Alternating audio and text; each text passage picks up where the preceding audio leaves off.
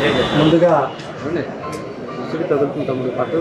Print మరియు electronic media మిత్రులకు APJAC Amaravati పక్షాన మా యొక్క నమస్సులను తెలియజేస్తా ఉన్నాం. చాలా బాధాకరం. ఇటీవల కురిసినటువంటి అధిక వర్షాల వల్ల ఇటు రాష్ట్రంతో పాటు ప్రధానంగా రాజధానిలో భాగమైనటువంటి విజయవాడలో బుడమేరు వాగు పొంగినందునందున ప్రధానంగా విజయవాడలో రూరల్ ప్రాంతం అంతా కూడా దాదాపుగా వరదలో చిక్కుకున్నటువంటి విషయం అందరికీ తెలిసిందే. మరి దాదాపుగా ఈ యొక్క వరదలో ముంపులో మొత్తం లక్షలాది మంది ప్రజలందరూ కూడా ఇప్పటికీ కూడా సింగనగర్ కానివ్వండి, భవానీపురం కానివ్వండి, గొల్లపూడి కానివ్వండి, ఇలా ఆ ప్రాంతాల్లో ఇప్పటికీ కూడా ప్రజలు ఇల్లు వదిలి బయటికి రాలేనటువంటి పరిస్థితుల్లో నీరు ఇంకా చేరి ఉండటం అనేది చాలా బాధ కలిగిస్తుంది. అయితే ఇటువంటి విపత్తుని ఇటీవల కాలంలో మేమైతే చూడలేదు. కానీ సుమారుగా 75 ఏళ్ల వయసులో గౌరవ ముఖ్యమంత్రి గారు మేమందరం ఊహించని రీతిలో ఆ వయసులో ఆయన ఈ విధంగా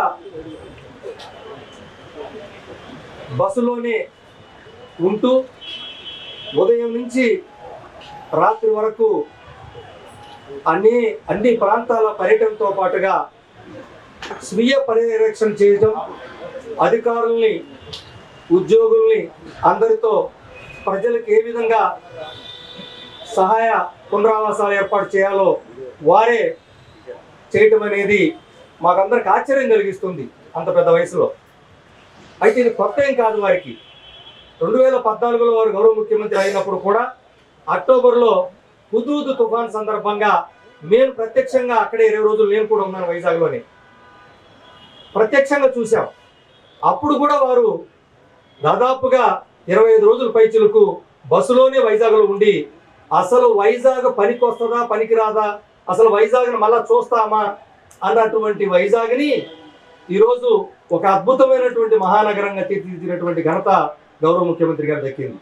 మరి అటువంటి వారి ఆధ్వర్యంలో తప్పకుండా ఈ వరద ఏదైతే ముంపు వల్ల ఇబ్బంది పడినటువంటి ప్రాంతాలన్నీ కూడా తిరిగి మరి పూర్తిగా ఆ ప్రజలను ఆదుకునే కార్యక్రమంలో మరి వారు చేస్తున్నటువంటి సేవల్ని ఏపీజేఏసీ అమరావతి పక్షాన వారు చేస్తున్న కృషికి మేము ప్రత్యేకంగా వారికి అభినందన తెలియజేస్తున్నాం.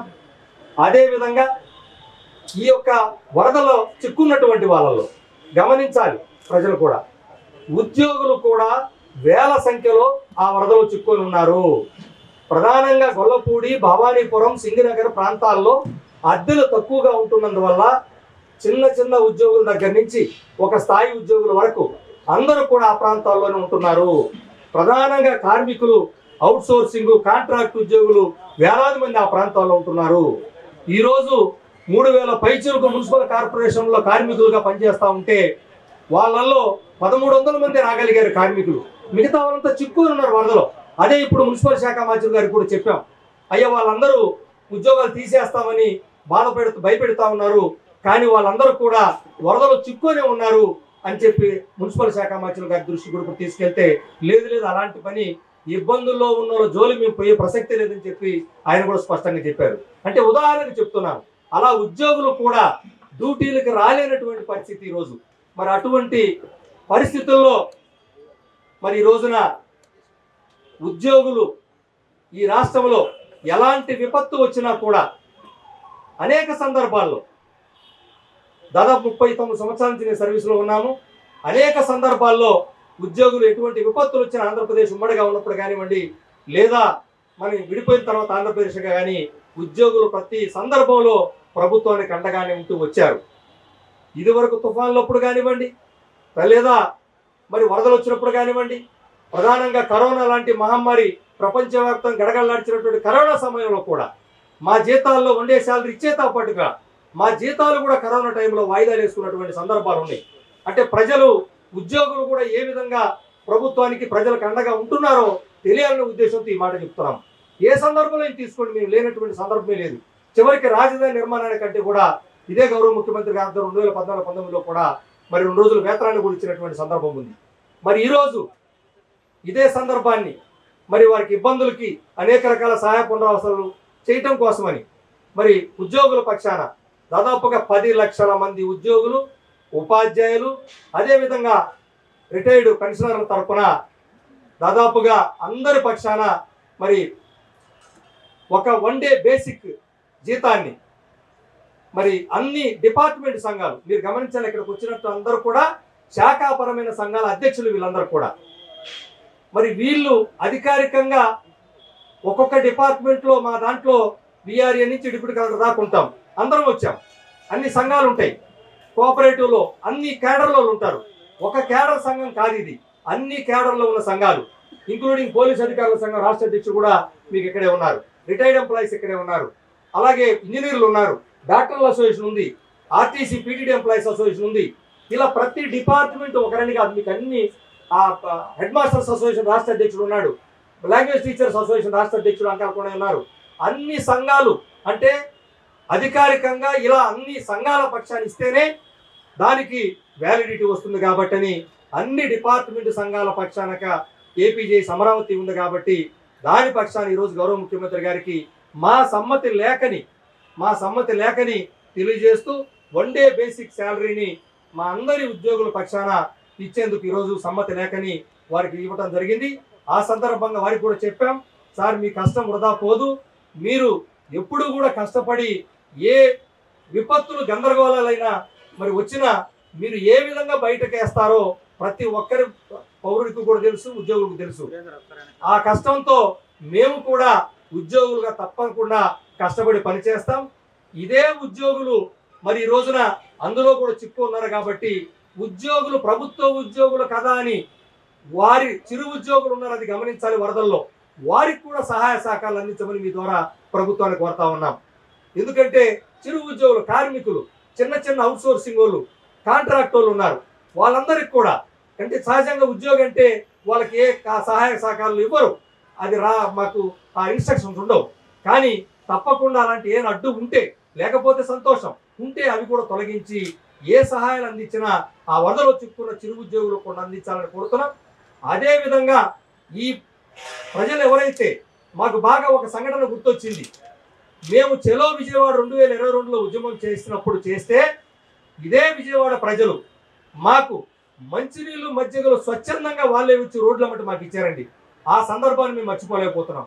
అందుకనే అంటే కొంతమంది ఉద్యోగులు ఒక ప్రాంతమే కదా మనం ఎందుకు ఇవ్వాలని ఒక 2-3 రోజుల క్రితం కొంతమంది నుంచి వస్తే, అందుకే నిన్న రాష్ట్ర వ్యాప్తంగా 26 జిల్లాల నాయకత్వాలతో అదేవిధంగా అన్ని డిపార్ట్మెంట్ సంఘ నాయకులతో సమావేశం ఏర్పాటు చేసుకొని అందుకే ఈరోజు ఆలస్యంగా అందరి సమక్షంలో మీ ముందుకు రావడం జరిగింది.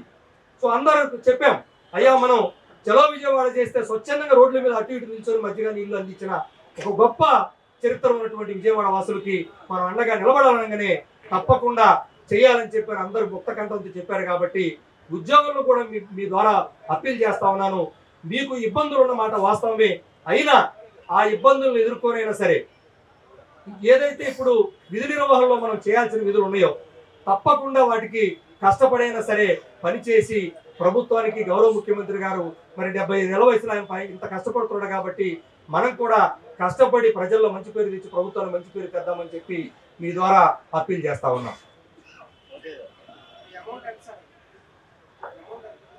సార్ దాదాపుగా 120 కోట్లు సార్, నిన్న వాళ్ళు చెప్పిందే.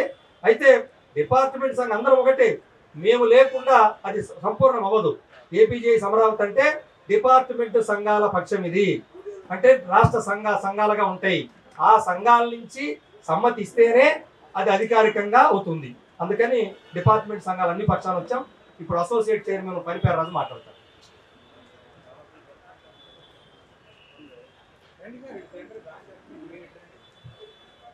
మీడియా మిత్రులందరికీ నమస్కారం. ఈరోజు ఇలాంటి విపత్తులు సంభవించేటప్పుడు ముఖ్యమంత్రి చంద్రబాబు నాయుడు గారు గతంలో ఎలా పనిచేశారో చూసాం. కానీ దానికి మించి 75 సంవత్సరాల వయసులో ఈరోజు ఆయన చేస్తున్న బాధ్యతగా ఆయన చేస్తున్న పర్యవేక్షణ అందరికీ స్ఫూర్తిదాయకం, దేశం అందరికీ కూడా స్ఫూర్తిదాయకం.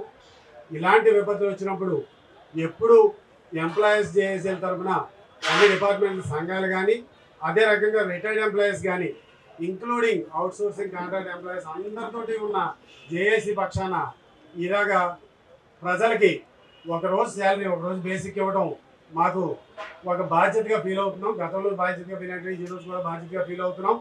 ఇదే రకంగా రేపు జరగబోయే కార్యక్రమాలు ఇప్పటివరకు నీటిలో ఉండి అరకొర సహాయాలు మాత్రమే పూర్తి స్థాయిలో చేపట్టినప్పటికీ కూడా అందరికీ చేరే పరిస్థితి కనిపించట్లేదు. రేపటి నుంచి కాకపోయే ఈ నీరు తగ్గే నాటి నుంచి వచ్చే మెడికల్ డిపార్ట్మెంట్స్ కానీ, అలాగే రెవెన్యూ డిపార్ట్మెంట్ కానీ, ఇతర సంఘాలు కానీ వాళ్ళు చేసే పని చేస్తూ ఉంటారు.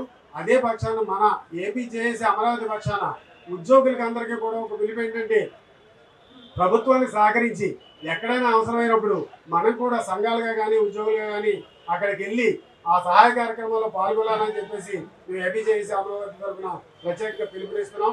ఇది అన్ని సంఘాల కలయికతోటి అందరూ సౌలభ్యంతో రాత్రి లేట్ అయినప్పటికీ కూడా అన్ని జిల్లాల నుంచి, అన్ని సంఘాల నుంచి ఒక ఏకగ్రీవ తీర్మానంతో పబ్లిక్కి మనం సహాయం చేయాలని అందరూ అభిప్రాయం పట్టడంతో ఈరోజు ఇంత గ్రాండ్గా ఈ ఈ మనం ఇచ్చే దీనిని ఏదైతే విరాళం ఉందో విరాళాన్ని సీఎం గారికి అందజేయడం జరిగింది. మన దీనికి మిత్రులారా, ఇంకొక చిన్న విన్నపం. మనకి ఏదైతే చాలామంది అంటే రిటైర్డ్ ఎంప్లాయీస్ పక్షాన శాస్త్రి గారు అంటే ఆయన స్ఫూర్తి చెప్తా ఉన్నాం. ఆయన వాళ్ళ ఉండే బేసిక్ పే వాళ్ళకి ఏదైతే ఉందో దాంతో పాటుగా ఆయన స్వచ్ఛందంగా 1 నెల రోజుల పెన్షన్ ఇచ్చారండి. ఇప్పుడు గౌరవ ముఖ్యమంత్రి గారు చెక్కులు ఇచ్చారు. ఆయన 50,110 51,000ని స్వచ్ఛందంగా ఆయన వన్ మంత్ని పెన్షన్ కూడా రాష్ట్ర అధ్యక్షుడు శాస్త్రి గారు ఆయన కూడా ఆయనకి ఇవ్వడం జరిగింది. ఇంకా మీకు విచిత్రం, కాంట్రాక్ట్ అవుట్ సోర్సింగ్ రాష్ట్ర అధ్యక్షులు కూడా ఇక్కడికి వచ్చారు. అయ్యా మీరు అప్పుడే తొందరపడంలో అక్కడ చిరు ఉద్యోగులు అవుట్ సోర్సింగ్ కాంట్రాక్ట్ రాష్ట్ర అధ్యక్షుడు సుమన్ గారు వాళ్ళ ప్రధాన కార్యదర్శి కూడా ఇక్కడే ఉన్నారు. అయినా మేమే ఆపాం. అంటే అంత స్వచ్ఛందంగా మాకు ఆ ఉద్యమంలో ప్రజలు చూపించిన ప్రేమని మర్చిపోలేకపోతున్నాం. అదేవిధంగా పోలీస్ అధికారుల సంఘం వాళ్ళ డీజీ గారి కోసం వాళ్ళతో కలిసి రావాలని వాళ్ళు సిద్ధంగా ఆయన కూడా జనపం శ్రీనివాసరావు ఇక్కడికి వచ్చిన్నారు. వాళ్ళ డీజీ గారితో కలిసి వాళ్ళు కూడా ఆయన స్వయంగా తెచ్చిస్తామన్నారు. ఇలా ప్రతి హెడ్ మాస్టర్ల సంఘం, ప్రతి డిపార్ట్మెంటు సంఘాలుగా అందరం కలిసి ముందుకొచ్చి ఈరోజు మీ ద్వారా ప్రభుత్వానికి మా యొక్క 1 డే బేసిక్ శాలరీని అప్పచెబుతున్నాం. ఉమెన్ వింగ్ తరపున కూడా లక్ష్మి గారు వచ్చారు. వారిని ఒక 2 మాటలు మాట్లాడుతున్నారు. మీడియా మిత్రులందరికీ నమస్కారం అండి. ఏదైతే ఈ విపత్తు ఉందో దానంతటికీ కూడా ఉద్యోగ సంఘాలన్నీ కూడా సపోర్ట్గా ఉంటున్నాయి.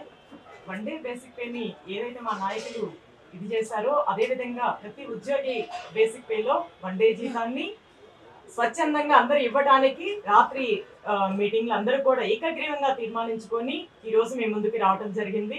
అందరూ కూడా సపోర్ట్గా ఉన్నారు అని చెప్పడానికి ఇది ఒక్కటే మీకు ఉదాహరణ అండి.